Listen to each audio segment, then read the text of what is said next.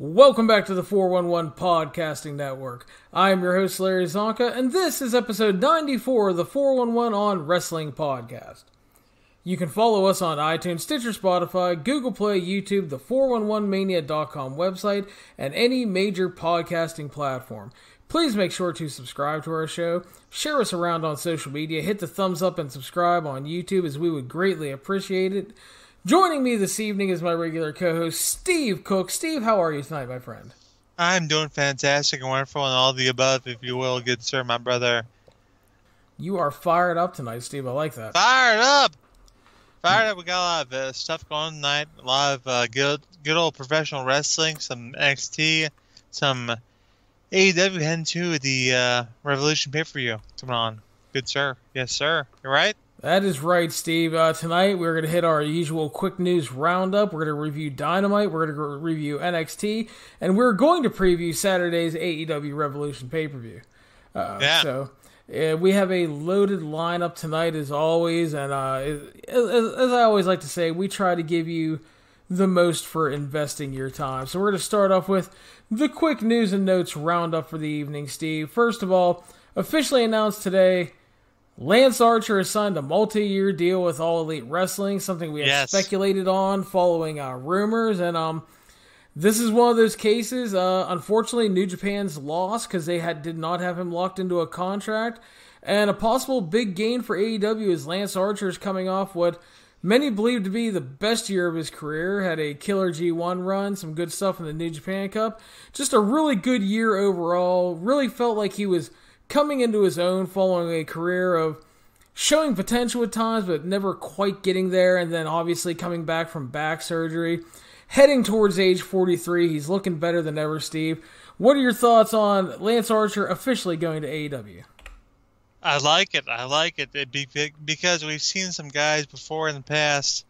I think the one thing All Elite Wrestling needs right now is some hosses. Needs some big guys. Needs some guys kicking ass, taking names. No, I think that Lance Archer is one of those guys. So I'm a big fan of signing. And, you know, you say about his age, you say about all this stuff going on. It sounds like a good deal to me all the way around. I like it. Yeah, I'm really happy for him. I like it. Again, I'm very surprised New Japan didn't lock him in coming off of that really strong year. And considering they're going to be trying to run like a bunch of U.S. shows. The first swing didn't go that well attendance-wise, but I mean, Lance is a guy based in the U.S. He's a guy you easily could have used on these shows. Was also a big part of promoting the Dallas event last year, so really surprised they dropped the ball on this one because, in my opinion, he was the monster that they wanted Bad Luck Fale to be. He was good in the ring. He was a hossy dude. He could go with a wide variety of guys. He didn't have a bunch of shit matches like Fale. Unfortunately, though, I mean, that's going to be New Japan's loss. It's AEW's gain. I agree with you. Nothing wrong with locking in some hossy fellas. Yes. Word is on the Jeff Cobb thing, still not signed, but it appears that they're offering him a pseudo Moxley Jericho deal. Not the big money, but the ability to possibly work New Japan in order to lock him in, which I think is smart if you can lock in Jeff Cobb. Anytime you can lock in Jeff Cobb is a good idea to me. And as far as Lance Archer goes, I think that anytime locking him in is absolutely a good idea to me. I mean, anything you do with him is a good idea. It's good stuff, if you will. You and me remember back when Lance Archer, back in the day, when we were watching TNA, he was Dallas. Hanging out with Kid Cash. Yeah, you remember that? And then he got over by hanging out with the Impact Zone fans. I remember that. Oh, gosh. He bought them all beverages, and they got over, and it worked out. But allegedly. Yeah, okay. He allegedly bought people beers. You know, but, man, I gotta tell you, when I saw this guy over the past couple of years working with that match with him and Will Ospreay, was fucking great. Right? Oh, that was tremendous. That was an excellent professional wrestling match. They had a great... I thought that Lance Archer did a good job of writing in Will Ospreay to not do stupid shit. right? Yeah, and the thing was too is they actually had a great match before that in the New Japan Cup. The G1 match was even better. And Lance, like I said, he had a run in the G1. Like everything was at the very least good. Most of his stuff was very good. And just Lance Hoyt, just like I said, really great year last year. Really happy for the guy. He seems like a genuinely nice guy from everything I've heard from people that interact with him. I'm really happy that he's been able to come back after the back surgery, which, granted, it was 2018, 2019 going into 2020 now, and a lot of medical advances and everything, but a lot of times a back injury, that ends a lot of careers in sports because it does. It's just the whole core strength thing and the back possibly going out on you. But seeing him come back and having success like this and signing a deal with AEW, just really happy for the guy. Really good story, and kind of excited to see what he does. And they announced on Dynamite he debuts next week. And I know that when he debuts, everybody dies. That's right. Everybody dies. It's not like, it's not like Tracy's mother's coming in like, if I hear one more time people say Tracy's mother sucks, everybody dies. I believe Lance Archer when he says it. Yes, he does. Yeah. I believe that. I believe that. He is the murder hawk monster, Steve. He's a crazy motherfucker. I love it. I like it. And it's going to be a lot of crazy things. We've heard some speculation about him possibly being the Exalted One. What do you think about that? I don't think if he was going to be the Exalted One that they would have announced his signing like this. Yeah, I hear that. That's kind of the feeling I'm getting, and we'll talk about that more in the AEW review because there was another teaser to the Exalted One tonight. Mm-hmm. But that's another guy throwing the fold there. Another possible candidate. Definitely. I think you can throw him into the mix. Nothing wrong with that. Moving on to not directly pro wrestling, but pro wrestling related. It was reported today by MMA Junkie that Tito Ortiz's win over Alberto Patron from the December MMA fight has been overturned pending an investigation. The always legit Texas Department of Licensing and Regulation has overturned the victory, which saw Ortiz submit Patron by rear naked choke on December 8th. Combates America is going to investigate this, and there is now a no contest on both fighters' records, Steve. As if this thing wasn't a big clusterfuck as it is, it got even better. Who gives a fuck? Who cares? Who cares? I'm sorry. I just find it funny. Yeah, it is pretty funny. And I know Tito Ortiz was trying to go to WWE. Tito Ortiz trying to get that Performance Center contract where, who cares? Good Lord. Tito, Alberto, I'm sorry. I don't give a fuck. That's all right. Like I said, just found it funny. Yeah, it's funny. Don't get me wrong. It's funny. But, man. So getting into something a little more serious, it was announced today in light of recommendations made on February 26th by the Japanese Ministry of Health connected to the new coronavirus. New Japan Pro Wrestling has announced that they are canceling all live events scheduled between March 1st and Sunday, March 15th. More announcements will be made. Tickets will be refunded. Now, this is really big because this not only includes the anniversary show, but it includes 8 New Japan Cup events. That's a lot of events.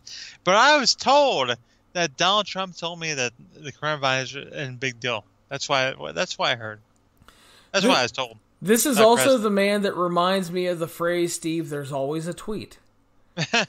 Because stock market dumped 1,000 points today, and my man Donald once tweeted out. My good friend Donald Trump is what people tell me. Well, anyway, I was told. Our man Donald once tweeted out that if the stock market ever plunges 1,000 points, the sitting president in office should be shot into the sun by a cannon. I wish we'd do that, but has Jim Cornette endorsed Donald Trump yet? I think it's going to happen at some point, right? I have no clue, Steve. I think it will, because as much as Jim Cornette pretends to be a liberal, he's very conservative in some ways. But that's all I'm saying about that. But my gosh, that's a bad situation. and I feel bad for New Japan. But at the same time, I'm not surprised because once you heard about the virus, it's like, oh boy. I am not surprised Bad as situation. well. I know a lot of people were disappointed, obviously, because they were looking forward to the anniversary show with Naito and Hiromu and the New Japan Cup. But yeah, a lot of good matches. But listen, I mean, I'm frustrated as well. I spent 9 hours, no joke, working on anniversary show and complete New Japan Cup breakdown columns. And now I don't know if they're ever going to see the day of light, depending on what happens. Probably not. Yeah. So maybe later on. little frustrated, but I do think the company obviously made the right call. You have to public safety has to come first in this instance. Absolutely. And I'm just hoping. I mean, I know there's all kind of shit out there on it. It's hard to tell. Hopefully, they can start to rein this in. Obviously, a horrible situation. I felt that there was a possibility this was coming because I know Stardom canceled some shows. They were gonna run a show with an empty arena in Corcoran and like broadcast it on YouTube or whatever. But people were taking a lot of precautions. DDT is also canceled events, so everybody's taking this very seriously, and as they should. Exactly, and obviously an unfortunate situation. It is disappointing for fans, but again, you have to have some context here. The public safety is the most important thing, and like if you saw the Nakanishi retirement show the other week, I've never seen so many surgical masks in Corcoran Hall. I mean, I'll say it should. I mean, you know, I know that President Donald Trump wants to tell us that, oh, it's okay, we're all fine, it'll be good, wait a couple months, I'll be okay, you know, don't worry about it. Anytime there's a global disease, you gotta worry about that stuff. I'm sorry. You know, I don't understand what our country's doing these days. I'm sorry. I don't understand. Neither do I, Steve. But yeah, I mean, I know we're going to Saudi Arabia to do a show on Thursday. I know we got a big show. Hopefully Goldberg squashes Bray Wyatt. That's all I can say about that. That's the one thing I will hear from that show is that Goldberg squashes Bray Wyatt. I'll be happy. It's like, all right, good job, guys. I said in my preview, I think I'm actually going to cackle like a villain in a movie if it happens. Yes. So. Somebody wanted me to do a round table about this Saudi shows. Like, no, I won't do that. No, that's not going to happen. So no, I want to talk about the show. So yeah, and you know how I feel about that. You know how I feel. Yeah, it's which is why I didn't ask you to preview it, man. I know. That's not my. Yeah, exactly. You know, you can talk about Mark Radledge is all about that stuff. But yeah. So again, unfortunate situation. Hopefully they can start to rein things in. Just, I mean, wrestling aside, man, it's just this shit is. It feels like it's starting to go crazy over there, and I just.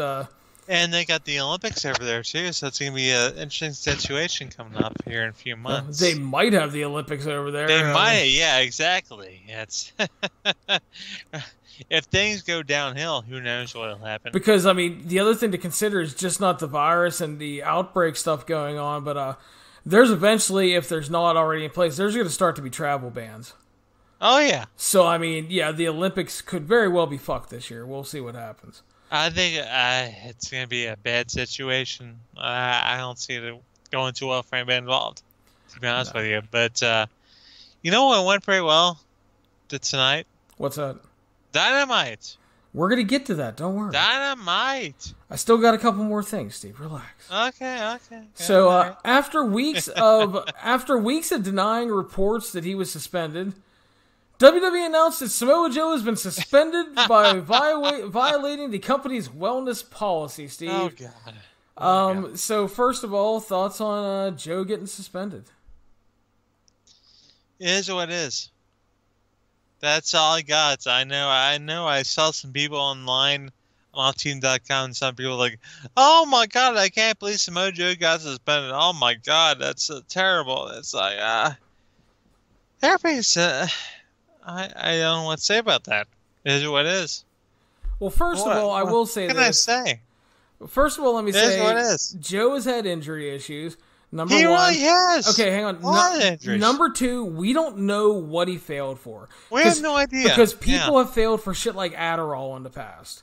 Okay. In theory, I will say, maybe Samoa Joe was taking something, maybe prescribed, maybe not, to try to get back healthy. As you should, then. I'm not going to lie. And I'm saying, I don't know what it is, but unfortunately he got suspended. Steve, here's the thing. Looking at Joe's WWE run. Yeah. Has it been snake bitten, and does it feel like a failure so far? It hasn't been great. But at the same time, to be honest, I did not expect much from it. I didn't expect much. Because Samoa Joe is not exactly in his prime as a professional wrestler. You have gone back 10 years or so to see Samoa Joe in his prime. So, this is where he's cashing in. He gets money, if you will. So, I don't think he's flopped. I don't think he's cashed in. I don't know. It's just a bad situation for everybody involved. And I don't blame the guy for getting some money when he can. I don't know. No, I don't blame him for that at all. And I don't want to rule him out as a complete failure, but the run has certainly been snake bitten between injuries, and it's just unfortunately not gone well for Joe. A man of his age is what it is. I can't knock the guy. No, so very unfortunate for Joe. He'll be out of action for 30 days due to his suspension. Yeah, 30 days. He'll be out of action anyway, so it's all right. Allegedly. He allegedly had a concussion. We'll find out. But those reports were out almost 3 weeks before he actually got suspended. WWE was denying it. And we all know that when WWE finds out about a suspension, they don't necessarily have to suspend somebody right away. Yeah. So, keeping with WWE, Steve, Rusev was announced for the Saudi Arabia show on Thursday. He is off the Saudi show, replaced by Rey Mysterio. There are conflicting reports out there. Some say that he's off the show because he did not negotiate a new deal with WWE, and others are saying that he flat out backed out of going to Saudi Arabia, Steve. I don't think he did.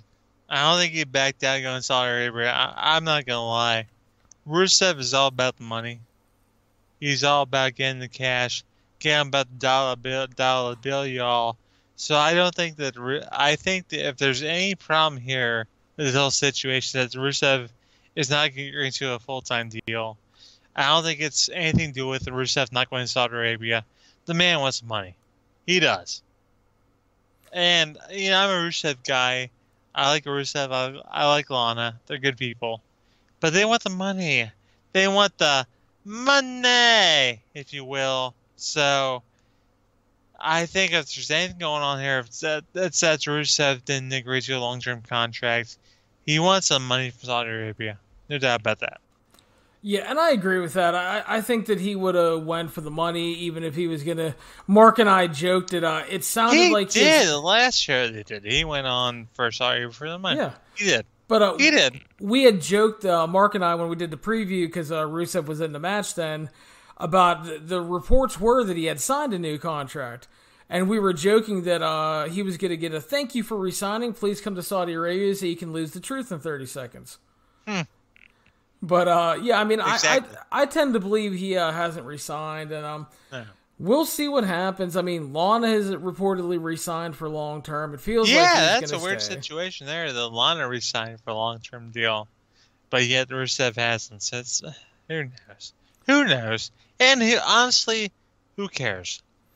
It's kind of hard, too, these days. As much as I like Rusev, Big Daddy Rusev, he's a good professional wrestler, but who cares? He's not a guy that makes or breaks business, right? No, I think that's safe to say. He would think that, but no, he doesn't. Well, that poor bastard thought the angle with Lashley was great storytelling as well, so... He really did. He got Jedi mind tricked by Vince, so... Yeah, well, Vince is a smart man. So we're going to stick with WWE a little longer. Something we've talked about in the past. WWE is expected to announce a new performance center in Japan within the next few months, possibly during the summer. They have already reached out to Hiroshi Hase and Antonio Inoki about the possible political ramifications to try to get around that. We talked about that in the past. They were going to try to partner with Pro Wrestling Noah, but Pro Wrestling Noah got sold, Steve. Do you think we are actually going to see NXT Japan in 2020? Man, it's a tough choice. I mean, You know what? I mean, honestly, if they really put their nub to it, if they really try to put their balls to it, if they really try to make it happen, it might happen by 2020. I still think it's 2021, but I'm actually going to say no for a couple reasons. They haven't found a dance partner yet. They haven't got around to political stuff. And number 3, the coronavirus stuff. that's an issue. It is. I think that there may be some issues there, so I think it might, for them, unfortunately, be delayed. Unfortunately for them, yes. So, again, sticking with WWE and people possibly leaving, there have now been talks about WWE trying to have Matt Hardy work within NXT in some fashion. It's unknown if he would be a talent or a behind-the-scenes role, but it largely depends on if he decides to stay with the company. His contract is set to expire this Sunday. There have been rumors that he's AEW bound as the Exalted One. WWE officials have made several offers in recent weeks to try to get him to stay. The big issue has nothing to do with money. Hardy wants more creative. Here's the thing that I see when people want to say, "Oh, well, maybe Brooke and Matt be better off in NXT. He'd be better off in Brooke on NXT." How many storylines are there in NXT? Not a lot, judging by the night. Not a lot. Let's be honest. There's not a lot of storylines going on there. They have a lot of great matches. They have a lot of good matches going on. A lot of stuff going on as far as working the hold as far as that goes. But man, I just don't see where Brooke and Matt Hardy fits in with NXT. I don't see it. I've seen people try to argue, "Oh well, maybe Matt Hardy would be better off, signing with WWE and being in NXT." People made the argument. I don't see it. I just don't see it. Listen, I think it's better off with AEW. I will say this. If WWE wants to sign him for main roster money and put him in NXT as a trainer/creative guy where he can reteam with his pal Jeremy Borash, more power to him if the brother doesn't got to work for a big payday. Sure. I will say that. Yeah. But I agree with you. I don't necessarily see where Matt fits in NXT these days. Because they do not do sports entertainment. They really don't. And the thing with AEW is people are going to go, well, Matt's older and broken down and you want him in AEW. Here's the thing, and we've talked about this before. If he's the Exalted One, first of all, Matt Hardy still has some name value. Second of all, if he's the Exalted One, he's not going to be wrestling a lot. No. He's going to be doing promos and cool videos and maybe the occasional 6-man tag. Minions working for him. Yeah, exactly. And I can maybe see, depending on the storyline, like if they work something long-term, eventually somebody makes their way to the Exalted One and he has a match. But he's not going to be fucking working weekly TV as far as in-ring goes. No. And the thing is, Matt Hardy's a really creative dude. I think he wants that freedom. And I think it depends. Like I said, if they offer him main roster money to go to NXT and say, listen, we want you to help train guys and work in creative and help people with promos and you're going to make $500,000 a year, yeah, he might take that. Because he's not going to be bumping and shit. And that's a good payday and good stuff for his family. But then again, maybe he wants more still. And maybe the AEW deal, which it might not be as fiscally sexy as the WWE one. No, maybe it is the fact that he wants to be just creative and do something cool. And again, he is friends with the Young Bucks. Yes, he is. So I mean, the Bucks of Youth, if you will. The Bucks of Youth, yes. So it'll be interesting, and Matt could show up as soon as next week, Steve. Oh boy. So next week after the AEW pay-per-view? Yes, sir. So, I mean, we'll have an answer then. So it's going to be interesting. We'll find out right then. I think we'll find out next week what's happening there. I agree. Here's an odd news note. WWE is already contacting former stars about making appearances during WrestleMania 36 weekend.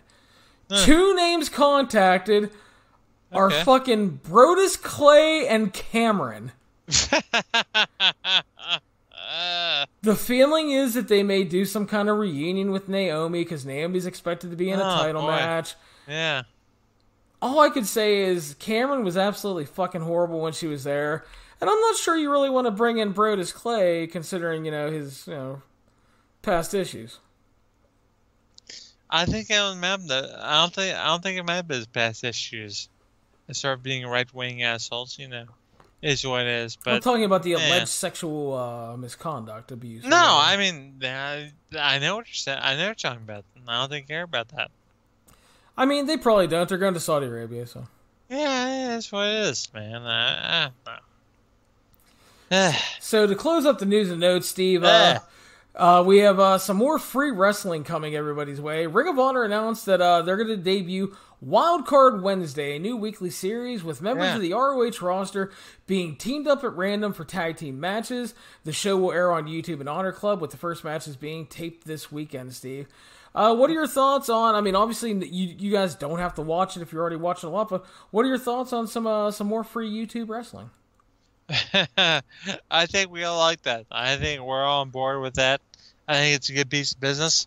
I think if Ring of Honor wants to have more people bring a product, sounds pretty good to me. I agree. You were talking about Nick Aldis and Marty Scurll. Marty Scurll wants to take away all things that suck, so I think it works pretty well. Yeah, I like it. I think it's fine. I think, again, if you're offering the shit for free on YouTube, trying to get more people out there. It's also a good way to use some people that don't make all the TV and other shows. So, I mean, I see nothing wrong with it. And you can maybe even try to weave in some angles into it as well. So, I mean, not a bad idea. So, Steve Cook, that is going to bring us to AEW Dynamite, February 26, 2020. We did not fuck around tonight, Steve Cook. We started off... They did not fuck around. No. 30-minute Iron Man match. Holy shit. They went all out right away. So this was... These motherfuckers. Yeah, they went out right away. Obviously... Kenny Omega and Pac, they went all out right away. Okay. Pac versus Kenny Omega, 30-minute Iron Man match. Kenny Omega defeated Pac in 31 minutes as they went to an overtime. They were tied 1-1 at the end of 30 minutes.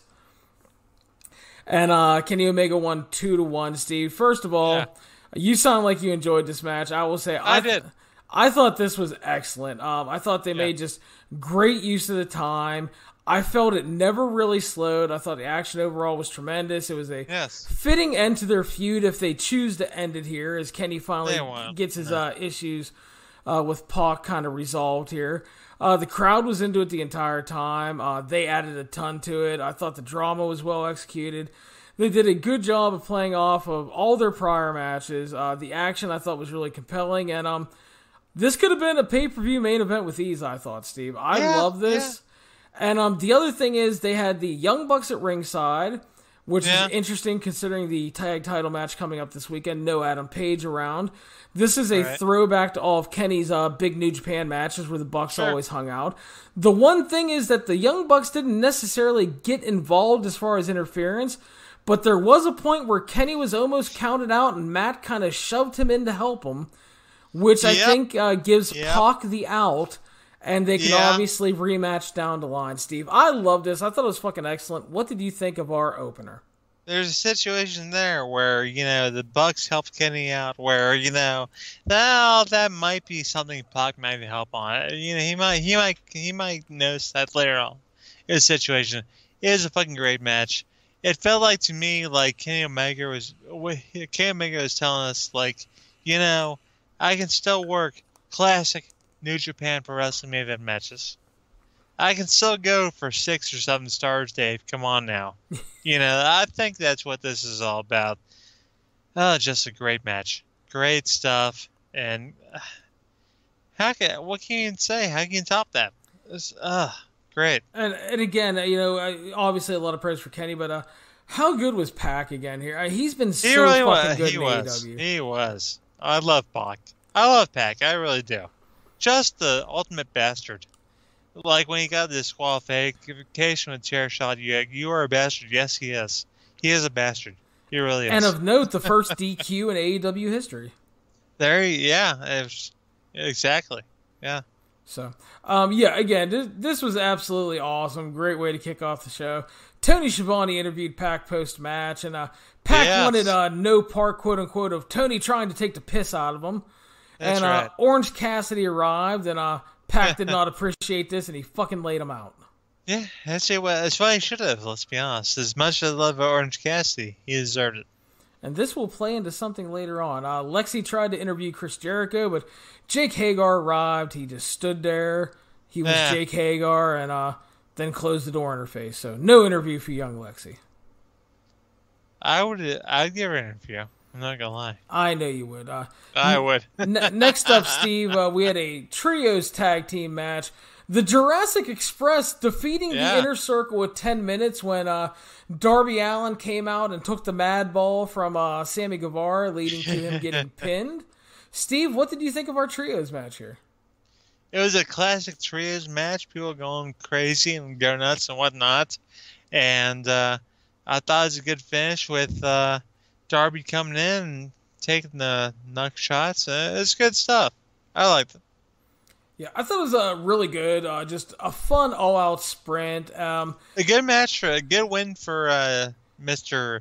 Jungle Boy, Jack Perry. Yes, sir. That's right. And the finish, while it advances Darby and Sammy, not my favorite, but the match overall I thought was just really good. Yeah. And a good change coming off of the 30-minute Iron Man as well. That's right. You had some guys out there to be comedic. Yes.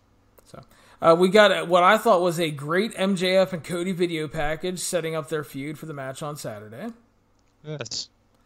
And then that led to the Best Friends with Orange Cassidy still selling his punch in the face from Pac. Defeating... As much as people want to tell me, AEW people don't sell stuff. Oh, goddamn, they don't sell anything. They don't put moves over. Yeah, look at that. AEW's the worst, Steve. Look at that. Come on now. Look at that. But the Best Friends defeated the Butcher and the Blade, a 10 via pin. Yeah. We had interaction between the Bunny and Orange Cassidy where she stole his sunglasses. Orange Cassidy blocked a low blow, stole her bunny ears, and hit a dive wearing the bunny ears. Best Friends picked up the win. Thought this was a good and fun little change of pace tag match. And post-match, we got the big announcement. Pac versus Orange Cassidy added to the pay-per-view on Saturday, Steve. And you know what? The main announcement I took away from all of this, from Chuck Taylor, the Kentucky gentleman, he told us that Orange Cassidy, he's going to try. And then Trent clarified, he may try. But the fans were like, he's going to try. He's going to try. It is fucking fantastic. Come on. That is great. There's a lot of people I saw already writing this one off, and I'll tell you why this one works, okay? You mentioned earlier, Pac is a fucking shithead bastard. He really is. Orange Cassidy is wildly over as a babyface. Yes. So even if this isn't a 5-star fucking classic, this match is going to be over with the AEW crowd. Absolutely. No doubt. So. Good. Yeah. And I know we all care about the 5-star matches with these people, with Dave and those guys, yeah. Well, listen, man, I love great wrestling as much as the next guy, but you also, certain matches are going to be certain matches sometimes. I just want a story, man. That's all I care about. Give me a story. Exactly, and that's part of the match, though, is the story, man. So, exactly. Yeah. Next up, we had a 4-way women's match, kind of a positioning match. Big Swole, Shana, Hikaru Shida, and Yuka Sakazaki. Yes. Hikaru Shida won the match at 9:30 via pin. Steve, what did you think of our 4-way women's match? Very happy about Shida getting pinned there because I thought she was the most deserving winner in that match. And there's been some discrepancy about the storytelling and the graphic, if you will, and all stuff going on, but I thought she was the right winner there. Is all I care about there. What'd you think of the match? Oh, yeah, I like Shida. Good match, bad match, what do you think? I thought it was fine. It was fine. It worked for time it had. Yeah, I thought it was a good little match for the time that they had, and I was actually surprised that Shida won because it felt that after last week they were setting up Big Swole for this. Yeah. And I don't necessarily hate that, though, because, I mean, sometimes predictability is good, but, I mean, I think that Shida would have a better match with Nyla Rose and Shida than Big Swole would. I agree with that, actually, too. Yeah. That's the other thing, but I kind of like the surprise winner there. I thought that was cool, so... We then got a Dark Order promo backstage. They announced that they are facing Scorpio Sky and Kazarian at the pay-per-view, so that's another match added. And they closed by saying that Christopher Daniels will become obsolete, Steve. Oh, obsolete? I don't know what that means. Wonderful, Steve. I don't know. Wonderful. To delete.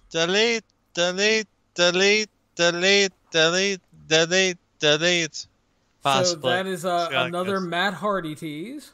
Possibly. We'll see how it goes. Well, it's a tease. I'm not saying it's him. It's just we've had a lot of teases because you had the Raven appearance. It might be Raven teasing it. You don't know. You know, you got Lance Archer coming in. I mean, there's still the speculation that the whole thing is a swerve and it's Daniels, and then you have the Matt Hardy thing, and it's very interesting. I like how they're not making it obvious, but they're giving you a lot of viable contenders for it to be the Exalted One. If you will, yes. If you will, brother. So next up, we had Jim Ross doing a sit-down interview with the Bucks of Youth, Kenny Omega and Adam Page. Yes. They talked about the growth of AEW, and Matt was surprised that Kenny and Page won the championships because they thought it would be them, but they're proud of their friends. Kenny said they won the titles because they were in the right place at the right time. They turned into a top-tier tag team. Adam Page was annoyed through all this and drinking. JR asked him why he was so uncomfortable in his seat. Nick says that they care about Page and they questioned why he had to bring a drink to the interview. And then Matt says Kenny and Page know everything about them and they love them. They're competitors. They're coming for the titles. They've been called the best. They've lost sleep over not being the champions. They will still be the Elite following the match. And Page says he's like, I didn't want to be in the Elite. I tried to leave the Elite. You guys didn't listen to me. Matt and Nick fucking snapped. They were insulted. We made you a star. You were a jobber in ROH before we brought you into the Bullet Club. Page got pissed off and left. And these JR interviews continue to be really good. I really enjoy them. I think they're a great storytelling tool. And good stuff, dude. Loved it. And honestly, Hangman Page is in the right place here. He's the right person here. He's, he's been honest all the way through. And people like the Young Bucks want to try to place him in their spots. Like, he knows what he's doing. So, Page's a good guy. Adam Page's lower third during the interview this week read, quote, "For the love of God, give me a lower third this week, even if it's just for one frame." That's right. So I like that. They announced next week Lance Archer will debut. And we closed our show, Steve, with the Chris Jericho, Jon Moxley weigh-in. The Inner Circle was out wearing tracksuits to accompany Jericho. Yes. They did the little Gracie train to the ring. And then they busted out Gary Michael Capetta to MC the segment. And that was a nice throwback. Yeah. I was not expecting that. No, I'll tell you, I was not expecting that. So the one thing is, I do like them breaking the mold and going with the weigh-in as opposed to the usual contract signing. I do think that's different, adds a little change to things. I always appreciate that. Yeah.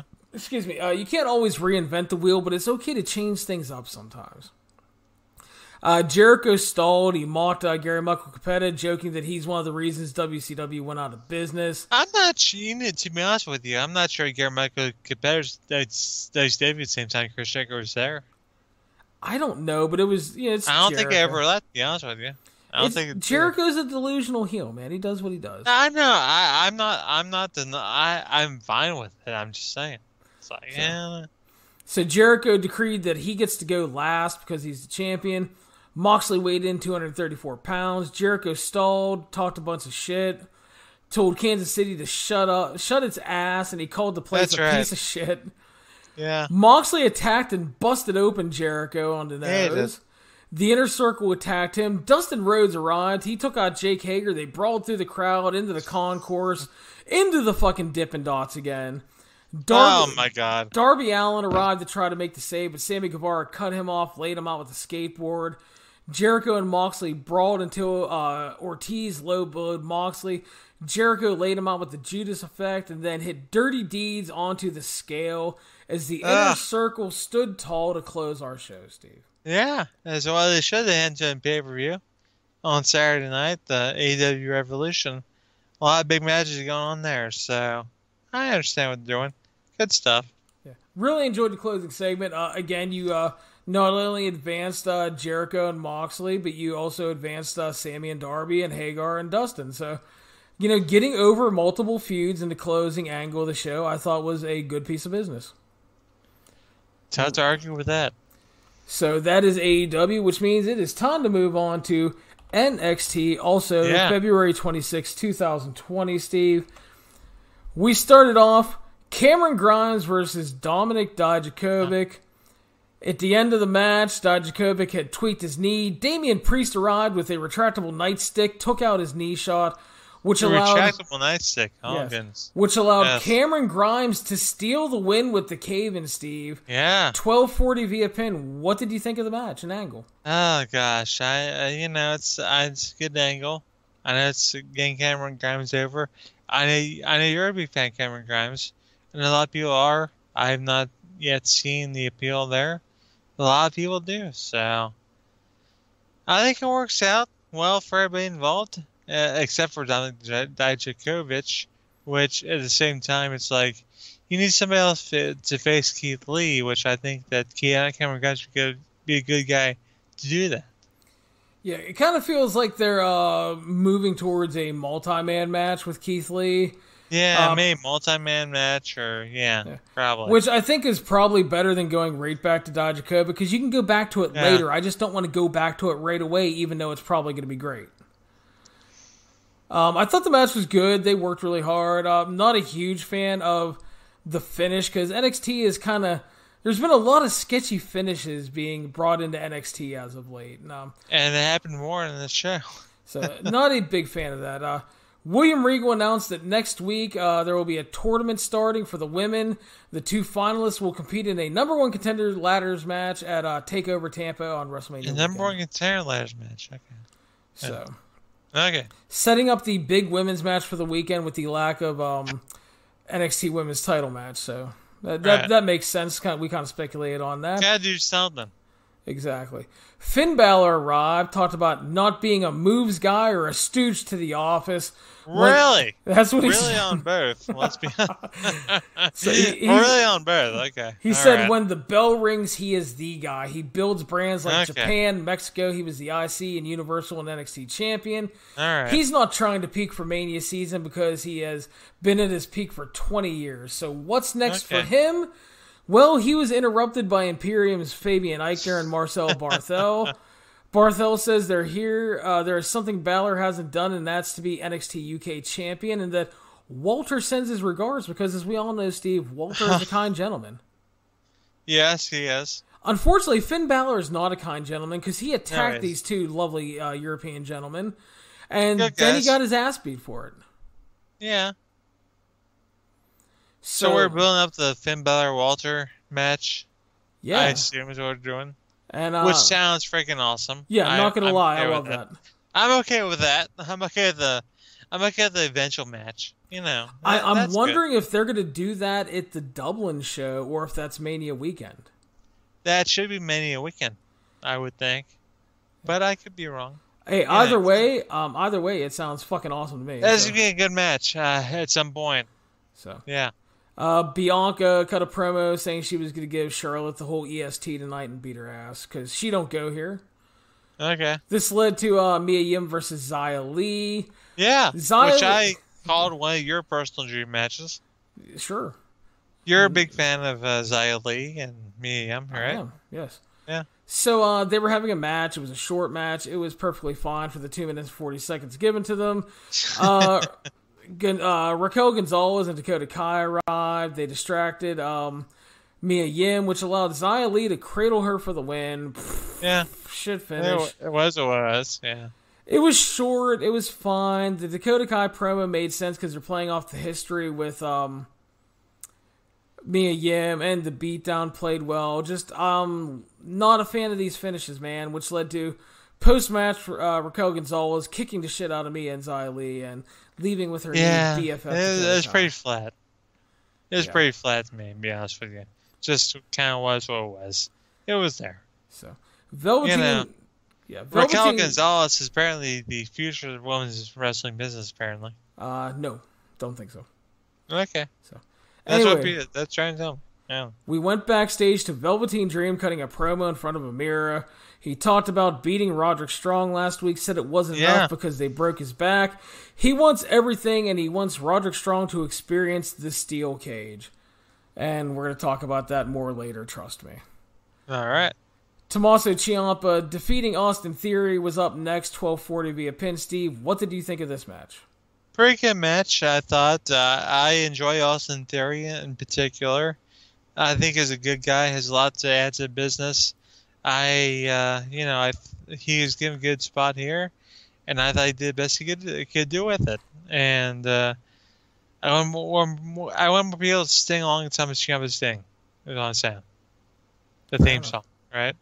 Yeah. Yeah. So, I thought it was a good match. I thought it was honestly the best match on the NXT show tonight. It wasn't great by any means, but I thought it was good. I thought it's a good story. Yeah, Theory got some time to shine. It played well off of last week. And then you got the big post-match angle where Johnny Gargano attacked and laid out Ciampa to stand tall and continue their feud. So, overall, Johnny Gargano, what's he doing there? What is going on there with that guy? He was wearing a lovely powder blue jacket. What was that? Out of the Vince McMahon collection. Maybe he stole that when he was visiting the WWE warehouse. Possibly so. It was a good look. Not gonna lie. Yeah, but I thought that was a good match and a good segment. It played off of last week, advanced the Gargano Ciampa angle, so good stuff. That led to an Undisputed Era promo. Strong says he agrees to a cage match with Velveteen Dream next week. Bobby Fish made fun of Pete Dunne for having a stupid name and Matt Riddle for having a stupid face. That's right. Says they got lucky at TakeOver. Kyle puts over him and Bobby, while Adam Cole says they're going to win all their titles back soon and remain the most dominant faction in NXT. Pretty status quo promo from Undisputed Era. Yeah, nothing wrong with it. Very status quo, yes. So, next up, Killian Dane returned, defeating Bronson Reed, 6:15 via pin. Thought it was a pretty good little hoss fight. Dane getting back on the winning track. Didn't have a chance to be any more, though. Needed a little more time. A little hoss fight. There's all we can say about that. Yeah. A little hoss fight. We got a Broserweights video package because they weren't on the show tonight. Right. They were busy taking on the one guy you're telling me about.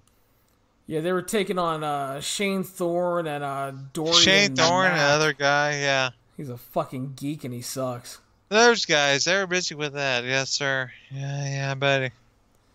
So, next up, Steve, a main event anywhere in the country. The Grizzled Young Veterans facing off with the Forgotten Sons. The Grizzled Young Veterans won at 13:05 via pin. Steve, what did you think? I had nothing to say about that. I had nothing to say other than the Grizzled Young Veterans. The Grizzled Young Veterans got the Duke, as they should have. That's all I got to say about it. I thought it was a really solid tag match. I thought it went a little too long. The Grizzled Young Veterans can be really good, but they need quality dance partners, and the Forgotten Sons aren't that because they're a glorified WCW Saturday Night Special team. Oh, whoa! They honestly are. I mean, the match isn't bad at all. It had, no juice or energy to it for me, and also trying to force the Sons of, the Forgotten Sons as the big American baby faces kind of out of nowhere just doesn't really work after them being forgettable shitty heels. No, it didn't work. No, it didn't. Tegan Nox cut a promo hyping up her cage match with Dakota Kai next week. Yeah. We got a weird video package showing quick clips and teasing an apocalypse. Lots of speculation that might be Killer Cross, but there's also speculation that the SmackDown videos are him as well, so we will find out. Speculations trying Killer Cross these days. We don't know. Yeah.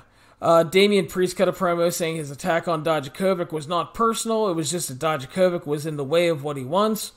Short to the point, made sense. Then they announced for next week, Steve, Dakota Kai versus Tegan Nox in our steel cage match, which we knew about. Yeah. And Roderick Strong versus Velveteen Dream, also in a steel cage match. Yeah. Now, let me clarify something. They both have potential to be really good matches. I find this to be colossally fucking stupid.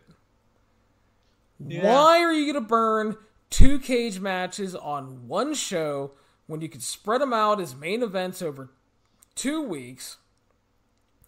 To me, Steve, I don't know about you, this screams like a desperation move for ratings.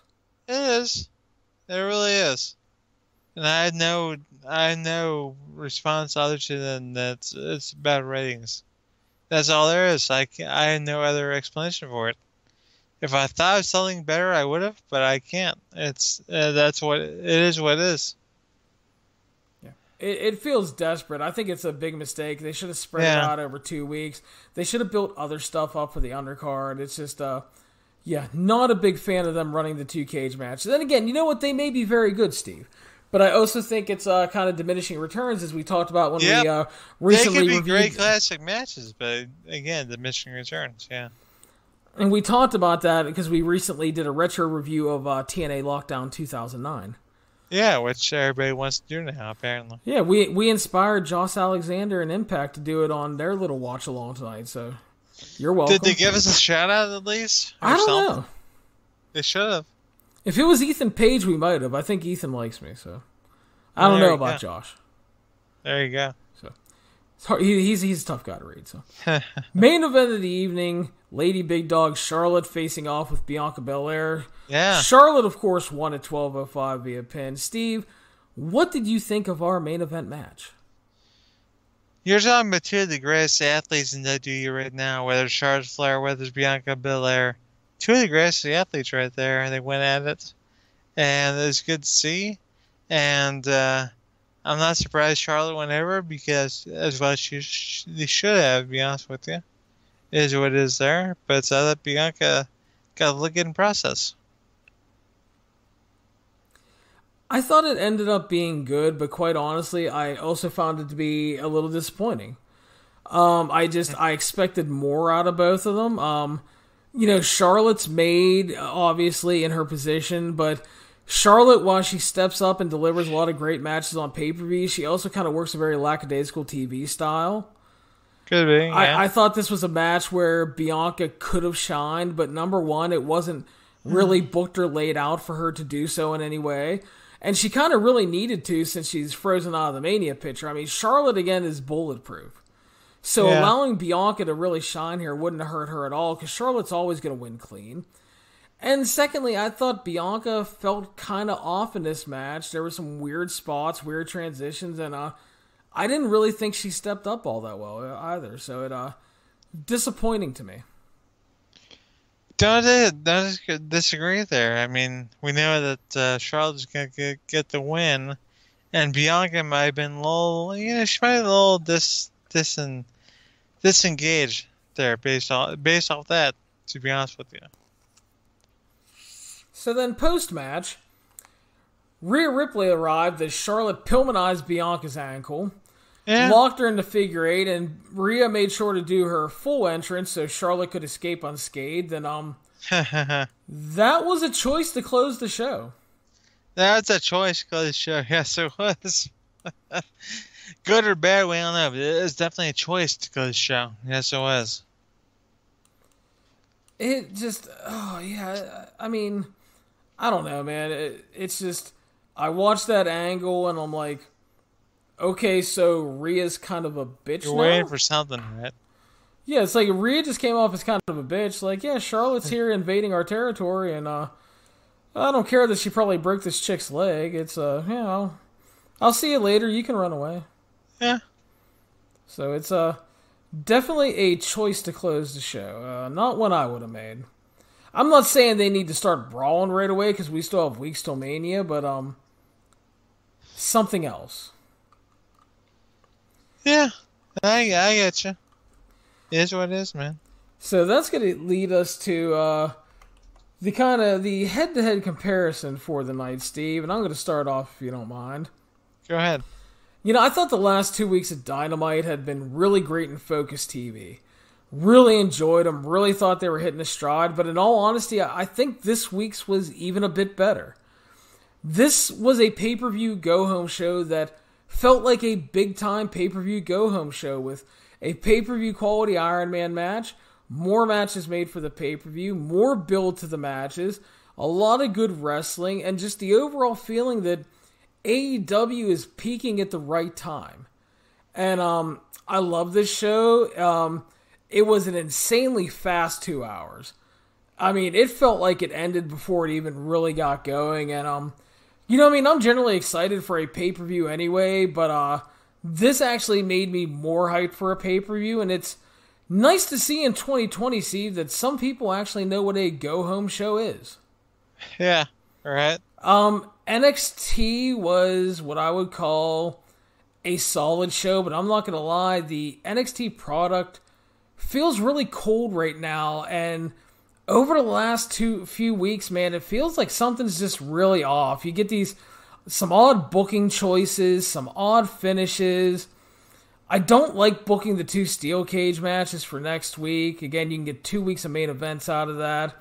The wrestling's all solid to good, but nothing is really clicking or wowing me. And honestly, the one thing I really loved about this show, in all honesty, was setting up Walter and Finn Balor. Yeah. And, I mean, honestly, that's kind of about it. Yeah, it's not a great thing to be excited about as far as the whole brand goes. You'd like for there to be more things to be excited about, but that's what they set up, is what it is. You know, and right. I think a lot of weeks that these shows are close in quality, but I think this week, I mean, we talked about it, I think, last week as well. I think AEW just fucking smoked them this week. Yeah, and I'm with you on that, to be honest with you. I mean, once they let off with the Iron Man match, like, oh, man. The funny thing is I'll see NXT starting as I'm reviewing AEW, and they'll start with, like, the most random thing, and I start seeing tweets.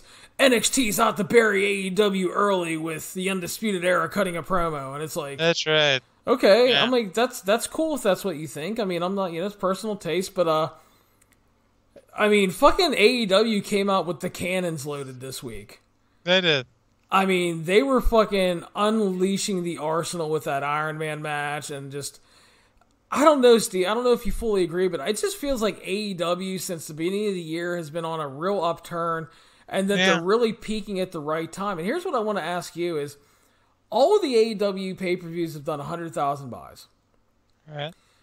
This show has been really hot, definitely the last 3 weeks, but pretty much since the beginning of the year, it's been at least really good to great, and even bordering on, like, excellent tonight.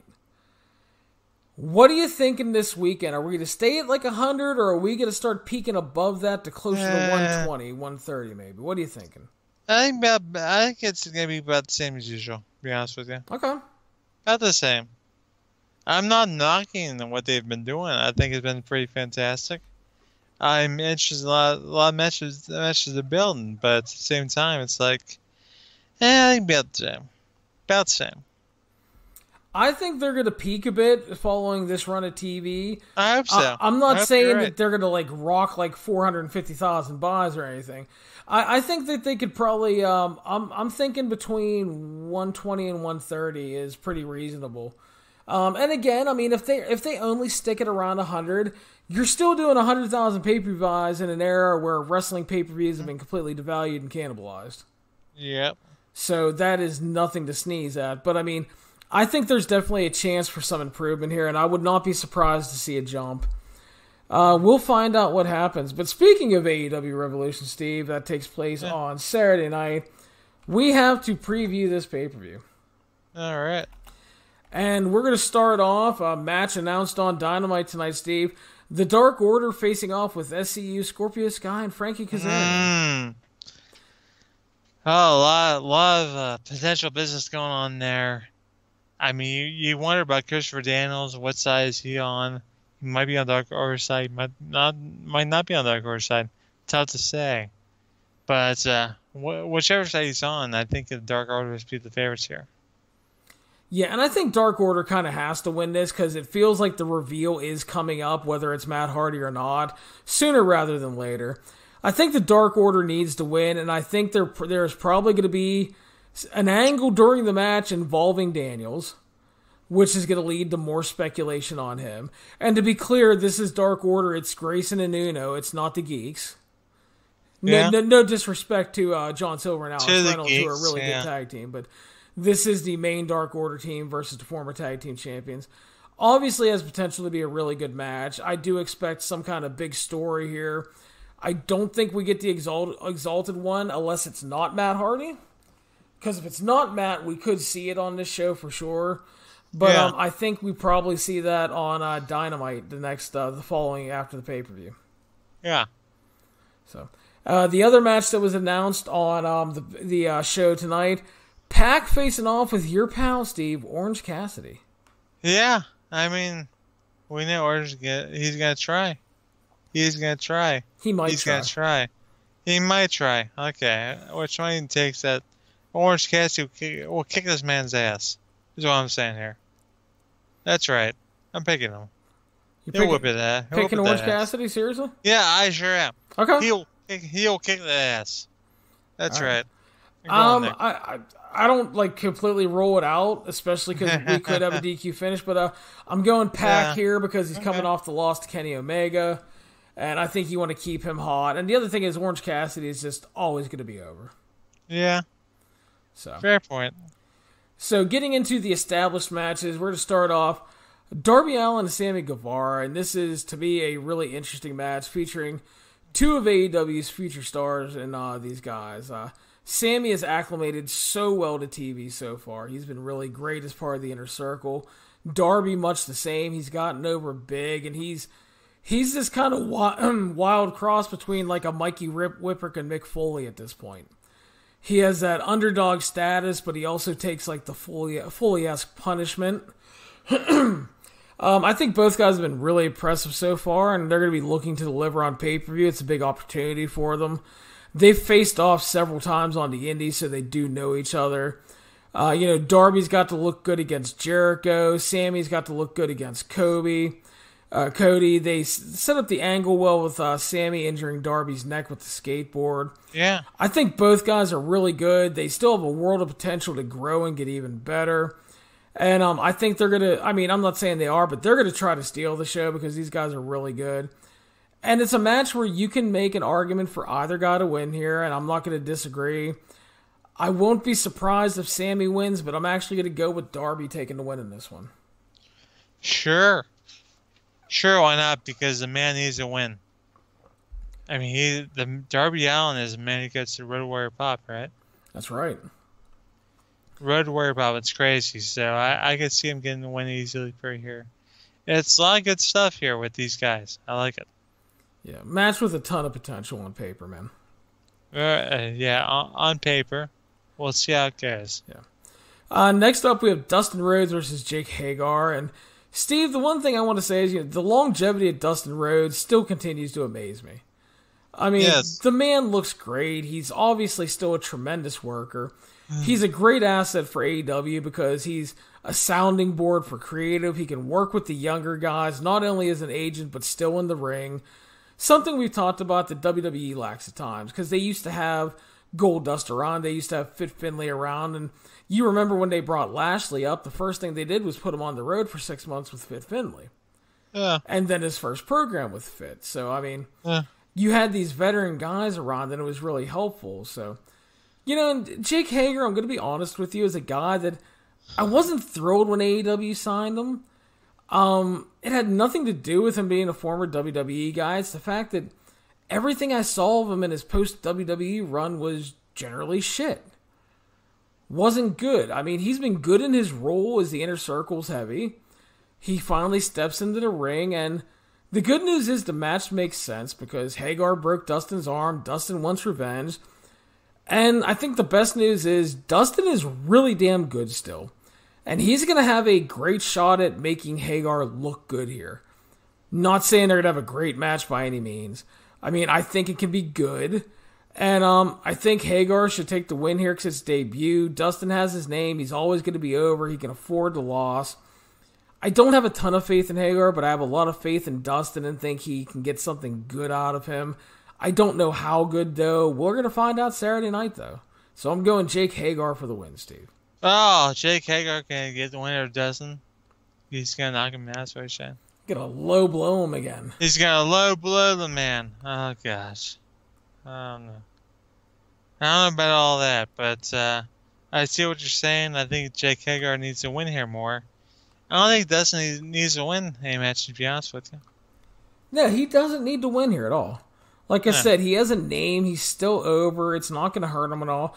Like, they use him on Dark, and he picks up wins on Dark and stuff, and he can, appear on TV and do, like, multi-mans and stuff. He doesn't need to be picking up singles wins over, theoretically, guys you view as a star. Like Jake Hagar, man. He's a low-blow master, if you will. He really is. So we're going to go to our first title match of the evening, the Women's Championship match. Nyla Rose defending against everybody's favorite alien, Chris Statlander, Steve. Yeah. What are you thinking on this one? I mean, it's a tough one to call right there because those two girls have been pushed pretty heavily early on. Nyla Rose eventually became one champion. Chris Statlander still being an alien. It's a 50-50 matchup call. I think you keep telling Nyla Rose, to be honest with you. Yeah, I mean, Nyla finally dethroned Riho. Statlander stepped up to get the title shot. And I think we've been in agreement, Steve. In 2020, the AEW Women's Division has started to find a groove. It's been an improvement over the early days. Had some good matches, better booking. The rise of Britt Baker is a really fun heel. It felt like they were teasing the triple threat here, and I'm glad that they didn't go with that. No need to overbook the show with a bunch of triple threats, which is something, again, I noticed on this card as opposed to their early pay-per-views and specials. We're not getting a lot of three-way and four-way stuff, which I appreciate, because not everybody needs to be or deserves to make the card. That's right. So, I mean, you can make the argument that Nyla Rose losing so soon would be just way too soon. But on the other hand, you look at Statlander possibly winning. Would make sense if the end game is to get the Britt Baker as the champion sooner rather than later. Because Statlander's the babyface, and I don't think they're going to run Britt Baker and Nyla Rose. Probably not. Probably not. I wouldn't be surprised with either one winning. I agree with you, though. I think Nyla Rose will retain. I don't think they're going to drop the title offer so soon. But you never know. Like I said, if Britt Baker sooner rather than later is the plan, Statlander winning makes sense. Yeah. But we'll find out. Tag Team Championship, Steve. Champions Hangman Page and Kenneth Omega defending against the Young Bucks. And really interesting one here. The Bucks are the EVPs, and they decided early on that they weren't going to strap themselves up. They were going to try to work with a lot of other teams, help get people over. Kenny's been kind of in that same boat where he didn't want to step up right away and be in like the main event scene and quote-unquote be the best bout machine. Yeah. And then you have Adam Page, who, not an EVP. He got the early push to the championship match and failed. He had good matches, but he wasn't really over at the beginning. And then they started that whole he was going to leave the Elite thing. He developed a drinking problem. And then all of a sudden, him and Cowboy shit got over. Him and Kenny became a tag team, and they're the tag team champions. I mean, it's all worked out extremely well for Adam Page, and all things considered. He and Kenny have been a great team. Page, again, is just, he's over right now. And I kind of like him just being a dick gloating to the Bucks about winning the championships before them. Good stuff. And the funny thing is there are some people complaining about this match. They're claiming that there's no real build to it, that the stable shouldn't be fighting, but theoretically... there's been a lot of build to it if you watch this goddamn show. Exactly, but theoretically they're not exactly as stable because Paige has won it out for months. That's right. And obviously the tease all along has been the Adam Page heel turn. But he's gotten over so much, Steve. I don't think that's going to be the plan anymore. I'd be really surprised. No. They might still make the turn, but it's not going to be a heel turn. Yeah, I mean, I don't know, man. So you got this tag title match here, Steve. I'm really torn on this one. Who do you have winning? Hell, I got to go with the Hangman. I go with Hangman and Kenny Omega. It's what I like to see. I want to see that team win. I'm kind of thinking they're going to retain, although it will be interesting to see that the thing is, if they lose, the big angle could be Paige snapping on Kenny because Kenny was quote-unquote too hurt after the Iron Man match with Pac. Okay. So, I mean, you could do that. That's I don't know. I mean, I could go either way on this one. I'm kind of thinking the champions retain, but I'm not 100% on this one at all. I still have a little more thinking to do before I lock in my picks. I think I'm going to go with the champions retaining, but again, I'm not sold yet. It's a tough call. It's a tough call. I'm not gonna lie. Tough way to go either way. So I'm not sure like what I would do either. To be honest with you, it's a 50-50 coin toss. Yeah. So next up is the most personal match on this pay-per-view. MJF facing off with Cody. And Steve, I don't know about you, but I've absolutely adored this angle. From the initial friendship, the teases and speculations of MJF turning, the night he finally screwed Cody out of the title and any future title shots, the follow-up promos, the lashing angle, the cage match with the Wardlow. I think it's all played out as close to perfectly as you could hope. Everybody hates MJF. Everybody loves Cody. And MJF is a dude that has been on the radar for a long time, gaining praise for his work as a heel, his potential as a big-time star. Cody's AEW stuff has been my favorite run of his career right now. He maximizes all of his positive. He's dropped the circus act of all the bullshit like in Ring of Honor. And he's become one of the best baby faces in wrestling. And the best part is, you know, this has been an excellent professional wrestling build. I love it. And he has an excellent heel to play off because the fans loathe MJF right now. They want Cody to beat his ass. It's a clear heel versus babyface dynamic in the purest way possible. And the scariest thing is that MJF is like 23. The dude has shown great heel instincts early in his career, including his MLW run. AEW obviously has big plans for him, and this match is, quite honestly, this is his big moment. Not just in terms of winning, but to deliver a big-time match on pay-per-view where him and Cody are going to be a big part of the draw for this show. Yep. The stage is set for MJF to become a star. The play's written, and all he has to do is deliver in his performance. I mean, Cody's made a lot of the young guys look great. He had a classic with his brother last year. He's personally behind MJF a lot. He's going to do everything in his power to make MJF a star, and all MJF has to do is step up and deliver that big performance that, for as much as he's been great in terms of promos and everything, he's never really, to me, had that great signature match yet. And I really think, I hope he gets it here, and I think he does. He needs it here because if he does, they're cementing him as a top star for the company for years to come. And he's going to win here. He has to win. Cody can't fucking beat him. Yeah.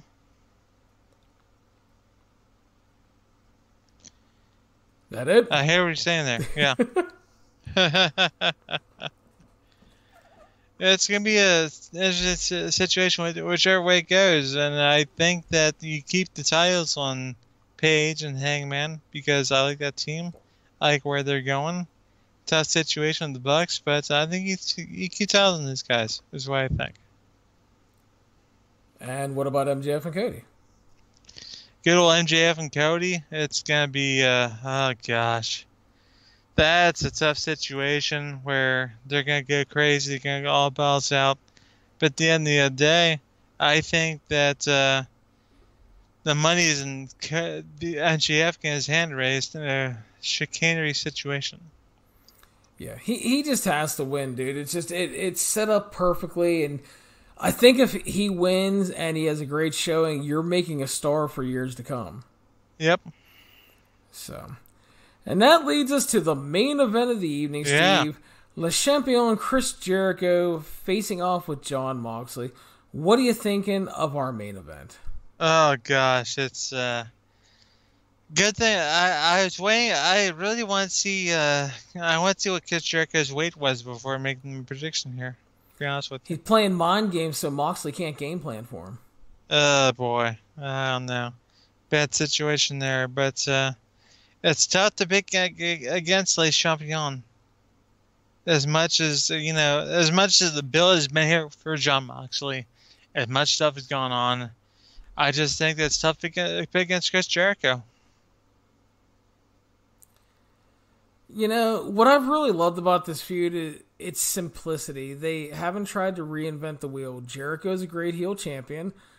Moxley has been the tremendously fun anti-hero that's caught fire. He earned his way to a championship match.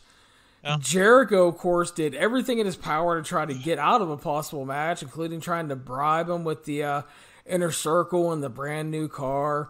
Moxley, of course, was too smart for him, faked him out, stole the car, which led to Jericho retaliating, stabbing his fucking eye, Dusty Rhodes and Road Warrior style, with a spike, which I loved. I love a good throwback angle, and I've really enjoyed this feud. I think it's been really well done. Both guys feel like big stars.